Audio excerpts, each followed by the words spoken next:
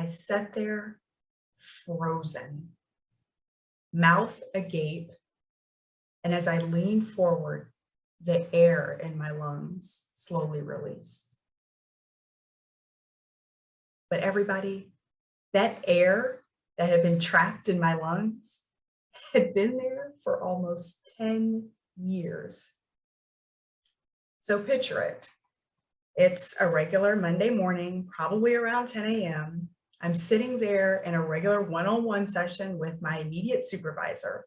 His name was Dave. And you would not believe what Dave had just said to me. He said, Angel, look, you're the only African-American female on my team, and you're the youngest. You're holding your own amongst us white guys. You have a lot to be proud of. I couldn't believe he said it. I mean, he said what I had been thinking, well, for the better part of about 10 years. See, I was sitting at a career crossroads. I was deciding if I should stay in my role as a program manager or shift into management. Should I stay on Dave's team or go to another part of the organization? Heck, should I even stay with the company at all? I had a lot to contemplate. But in that moment, Dave and I's relationship shifted from a working relationship to a friendship. Dave went on to become my mentor and my sponsor.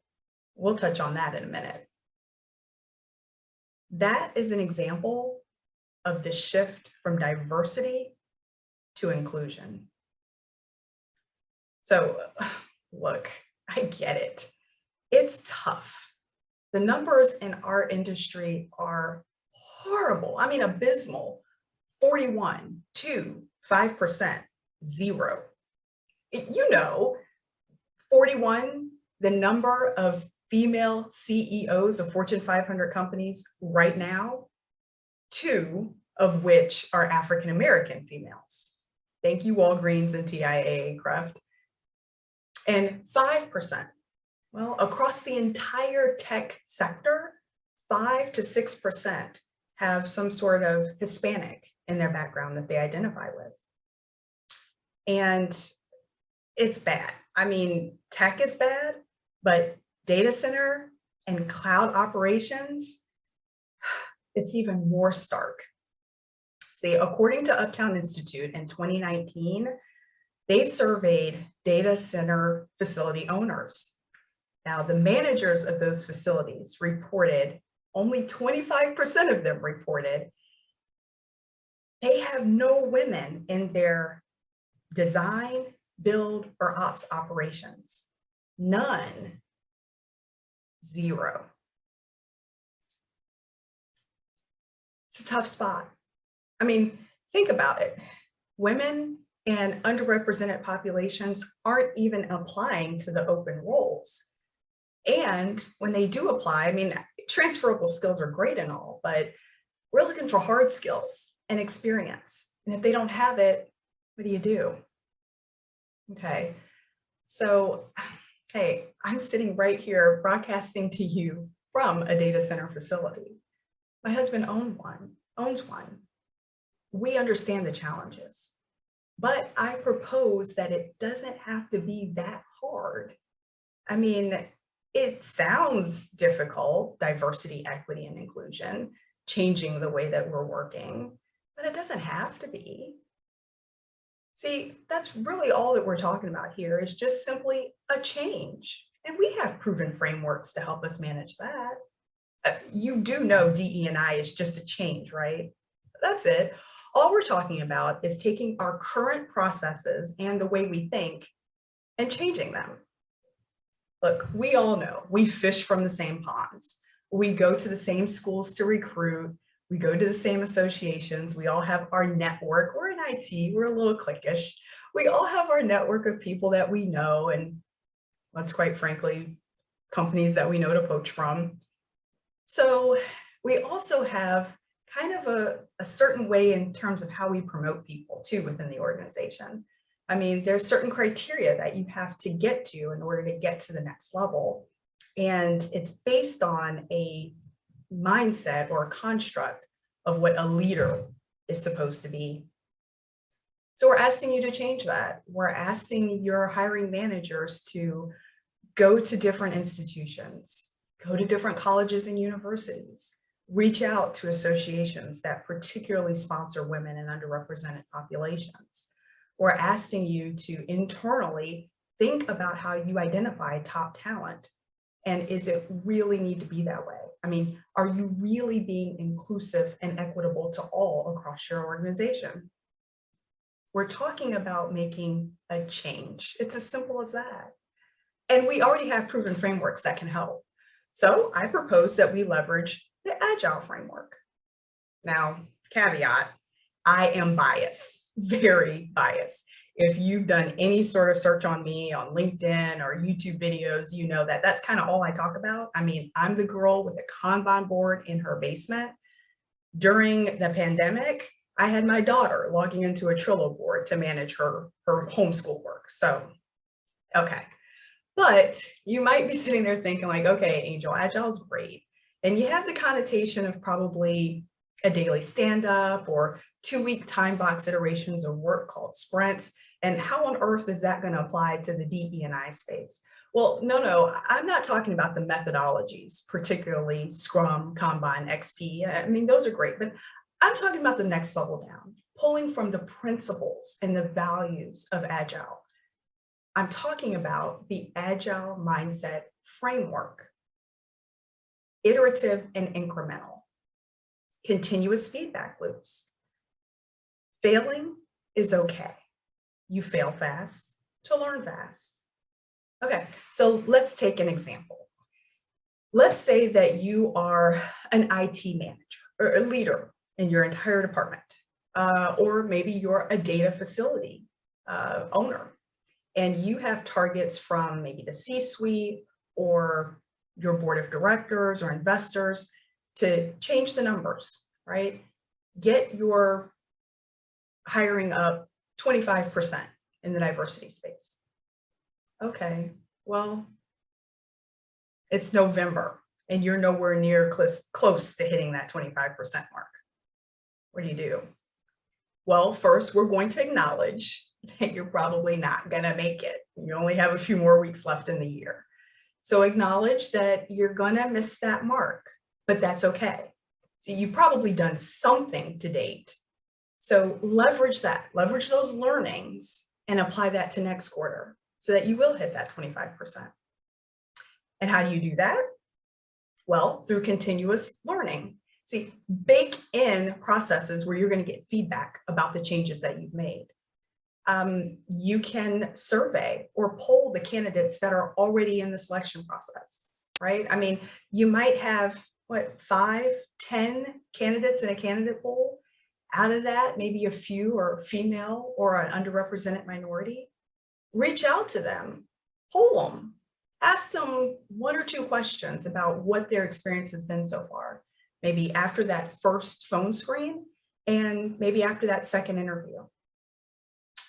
And also, you're going to have to talk to the recruiters and the hiring managers and find out what their experience is in the process and the changes that can be made. And again, that's data that you now have to make the process better for next time. And bake that in. Don't do it just once. That's now part of the process of getting feedback along the way and continuously, incrementally improving.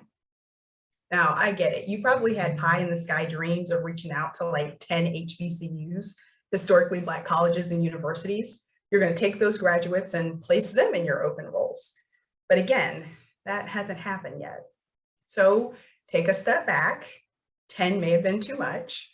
Look at 2 or 3 local historically Black colleges and universities and reach out to them. Cultivate and nurture the relationships with their career placement services leaders, the provosts and deans of the schools of computer science, information science, and the engineering departments. That's how you know who the top talent is, that you can just usher into and through the process much faster because you've cultivated that relationship with the students and the leaders. You know what type of talent you're getting. And it's much faster.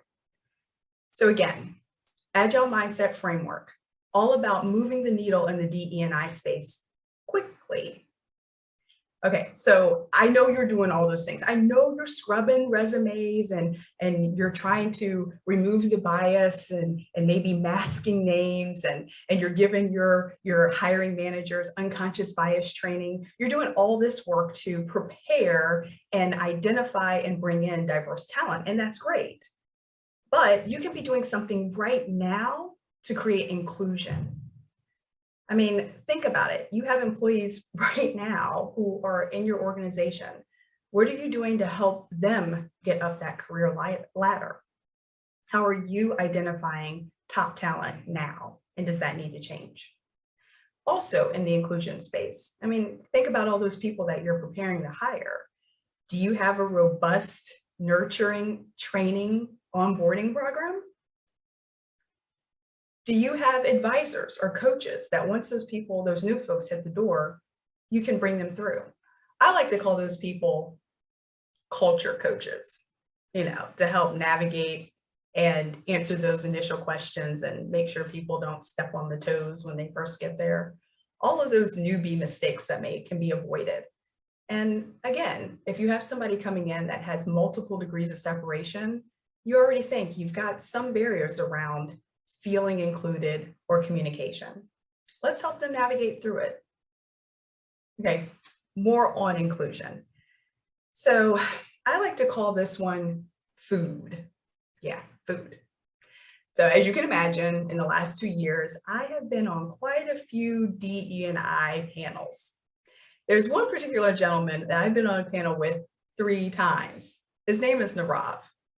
And Nirav tells the story about being at an IT consulting firm, and he'd been probably 3 of the big 5 or 6 at this point.